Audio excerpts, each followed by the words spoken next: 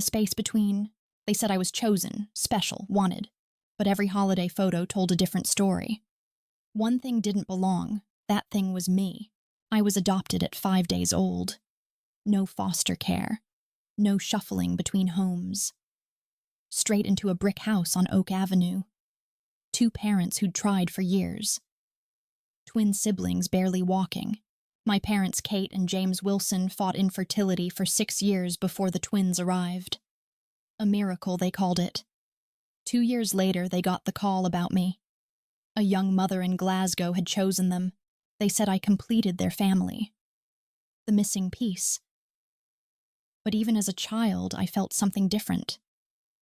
The way they looked at me versus Lucy and Sam. Not less love. Careful love. Love with conditions. I wasn't part of the original plan. I was added later. No matter how they tried to blend the edges, the seam showed. The nursery was perfect. Pale green walls, hand-painted flowers, a mobile playing Mozart. But it was the spare room, the one that had been James's study. Lucy and Sam shared the bigger bedroom, the one with bay windows and morning light. A small thing. But even at 5 days old, I knew I was the afterthought. At 6, I asked Mum why I looked different. We were sorting through photo albums on a rainy Sunday. Page after page of fair skin and blonde hair. Kate's blue eyes reflected in the twins. Then there was me. Dark hair that fought every brush. Brown eyes that held too many questions. Families don't always match, sweetheart, Kate said. Her voice took on that careful tone. Love makes a family, not looks. Good answer. Right answer. But it didn't explain the cashier's confusion when I called Kate Mum. It didn't explain why Lucy and Sam traced their features to baby photos, while mine came from nowhere. At 8, I noticed the stairs. Grocery shops, school events, eyes moving from Kate to James to the twins, then landing on me with a puzzled tilt. I started walking behind them in public, hoping it would be less obvious. At Laser Quest for the twins' 10th birthday, a parent approached Kate while I was in the loo. Your children are adorable. So kind of you to bring along your friend's daughter, too. Kate's smile strained when I returned. Her hand stayed on my shoulder the rest of the party. Protective. But it made me feel more different, not less. At 10, I stopped asking questions.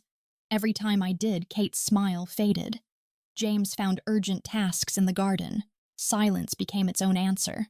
I never caused trouble. While Lucy threw tantrums over vegetables and Sam got detention for cheating, I was perfect. Straight A's. Violin practice without reminders. Room cleaned before being asked. If I was flawless, maybe they'd forget I was different. Maybe I could earn my place. My reports were immaculate. Such a pleasure to teach, teachers said. So mature. What they meant was I had to be mature. I carried the weight of proving I belonged. The violin became my escape. We had an old one from James's mother. Lucy and Sam quit lessons within months. I took to it like breathing. By 12, I played Bach and accompanied the school choir. Music was mine alone. When my fingers moved across strings, I wasn't the adopted one. I was just the music. But perfection doesn't erase biology. Sunday dinners with Grandma Rose and Granddad Tom. Their hands reaching for Lucy and Sam during grace. Forgetting I existed until someone noticed. Then an embarrassed pat on the head. Family reunions where I took photos instead of being in them. Distant relatives asking Kate, "Which one is yours again?" Easier behind the camera than watching people do the maths. The worst night came during a fight with Sam. Something stupid. TV remote. Whose turn to feed the goldfish? He screamed, "At least I actually belong here, you're just charity." The words hung like smoke. Lucy gasped. Kate dropped her mug. James looked up from his paper. No one corrected him. No one. Sam apologized later. Tears in his eyes. Didn't mean it. Kate talked about siblings saying hurtful things. James bought ice cream and extended bedtime, but the silence in that moment told me everything about my place. At 22, I was home from university for Christmas. Graduated early with a social work degree. Same perfectionist drive that shaped my childhood. While everyone shopped, I helped James organize his study. The letter was behind a folder marked Tax 2001, the year I was born.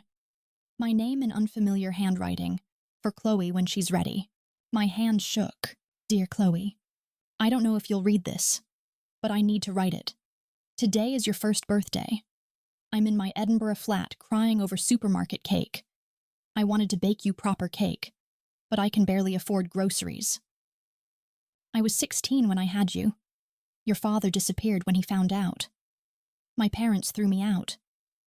I lived rough for weeks before the agency helped. I didn't want to give you up. Every part of me screamed against it. But I was failing college, working 3 jobs, barely eating. You deserved better. I chose the Wilsons because Kate cried talking about wanting another child. James promised they'd tell you about me. I begged to write every birthday. Just letters. To let you know I remembered. I'm training to be a teacher now. I think about you daily. Wonder if you like books. If you're stubborn like me. If you inherited my terrible sense of direction. I hope you're happy. I hope you feel loved. All my love, Fiona MacLeod. P.S. Your middle name was going to be Rose after my gran. I don't know what they named you, but I still think of you as my wee Rose. There were more letters. 16 of them. 1 for each birthday. Fiona's life unfolding, graduation, first teaching job, marriage to someone called Duncan, my half-sister Isla, then my half-brother Callum, photos in some letters. Fiona at my age, where I could finally see my eyes, my stubborn chin. Pictures of Isla and Callum with my dark hair. A family I'd never known existed. The last letter was 3 months old, my 22nd birthday. My dearest Chloe, Isla just turned 15. Looks so much like you in those agency photos. She wants to study journalism. Callum's 13, plays guitar, wonder if you're musical too. I've thought about hiring investigators, finding you myself. But I promised the Wilsons I wouldn't interfere. I just hope they kept their promise about these letters. I love you, Hen, every single day for 22 years. Always yours, Mum Fiona. I sat there for hours, reading every word, studying every photo. Finally heard the front door family returning. I confronted them that night. After Lucy and Sam went to bed. Walked into the lounge where Kate wrapped presents and James read. Letters clutched in my hands.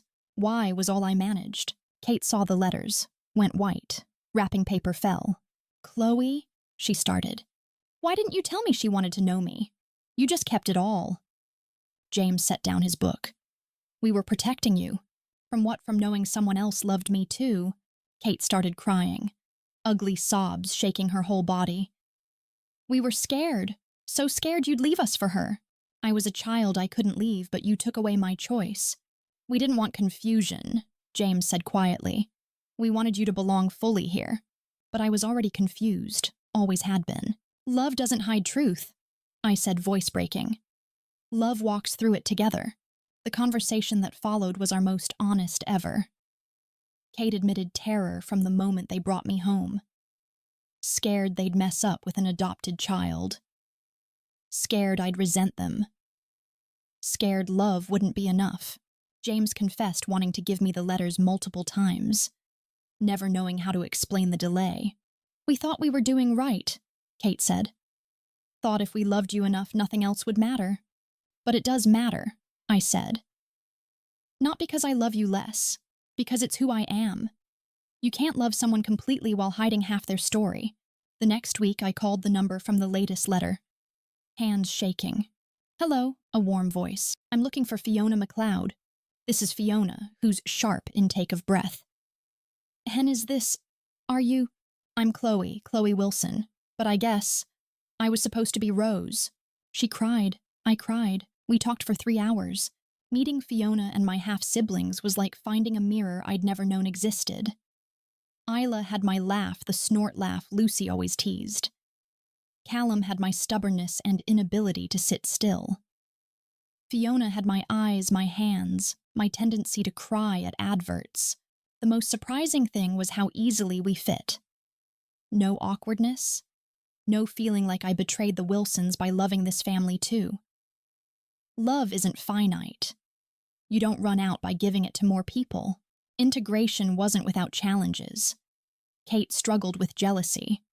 James worried about divided loyalties. Lucy and Sam were fascinated but protective of their parents. Months of family therapy, both families to work through complex emotions. Dr. Graham helped us understand families can expand without anyone losing their place. You're not replacing anyone, she told me. You're adding chapters, not rewriting existing ones. Now I'm 30, married to wonderful Alex, who understands family is complicated and love is layered. We have a daughter, Emma Rose Wilson Shaw, middle name, honoring both grandmothers, who raised me and gave birth to me. Every day I tell Emma where she comes from every part. She knows Mummy has 2 families who love her. She knows Nana Kate taught me to make shortbread, and Nana Fiona taught me to make tablet. She knows family gatherings are wonderfully chaotic, with multiple accents and traditions mixing. When Emma asks questions, and she asks many, I answer honestly, age-appropriately. When she wonders why families look different, we talk openly. I won't raise a child who feels like a placeholder. I'll raise a child who knows she was never chosen to fill space. She was born to take up her own space boldly and completely. Recently, Emma came home from nursery announcing, "Jack says I can't have 2 Nanas called Nana, but I told him he's wrong because love doesn't follow rules." She's right. Love doesn't follow rules. I teach violin now in my home studio. One student is 6-year-old Ryan, recently adopted after 2 years in care. He's quiet, watchful, making sure he doesn't take too much space. During last week's lesson, he asked, "Miss Chloe, will my new parents keep me forever?" I stopped playing and faced him fully. "Ryan, can I tell you something? I was adopted too when I was a baby." His eyes widened. "Really? And they kept you?" "They kept me." Sometimes it felt complicated. Sometimes I had questions about where I came from. But I always belonged. Just like you belong. Even when I mess up, especially when you mess up. That's when families show up most. After his lesson, I sat alone and played one of the Bach pieces I'd learned years ago. The same pieces I'd used to disappear when the world felt too complicated. But now, instead of disappearing, the music felt like coming home. They gave me a home. A name. Violin lessons and Christmas mornings and bedtime stories. They gave me Lucy's fierce loyalty and Sam's terrible jokes, and James's love of old films and Kate's way of humming while cooking, but they never gave me the whole truth. Now I know love isn't about perfection. It's not about hiding messy parts or pretending seams don't show. It's about showing up with flaws and fears and choosing each other anyway. The Wilsons loved me the best way they knew how. Fiona loved me by letting go, then waiting 22 years for me to find my way back. Both loves were real. Both shaped me. To truly belong, you don't have to match the photo. You don't have to fill predetermined space or meet expectations of what family should look like. You just have to be seen, really seen in all your complicated, beautiful, imperfect humanity. And you have to be brave enough to take up the space you were meant to occupy, seams and all. Last Christmas, we had our first combined family photo. All of us together. The Wilsons, the McLeod Shaws, Alex and Emma and me. 18 people crowded into Fiona's Glasgow flat, speaking in English, and Scott's sharing stories and tablet, and Kate's famous mince pies. Looking at that photo now, I see something I couldn't see in childhood Christmas pictures. I was never the thing that didn't belong. Never a puzzle piece forced into wrong space. I was the bridge connection between worlds, reminder that families can be built in beautiful, unconventional ways. I was exactly what I was meant to be, perfectly imperfect, belonging everywhere and nowhere, taking up exactly the space I was meant to fill. The little girl who felt glued into the picture was wrong. I wasn't an addition to someone else's story. I was the beginning of a completely new chapter.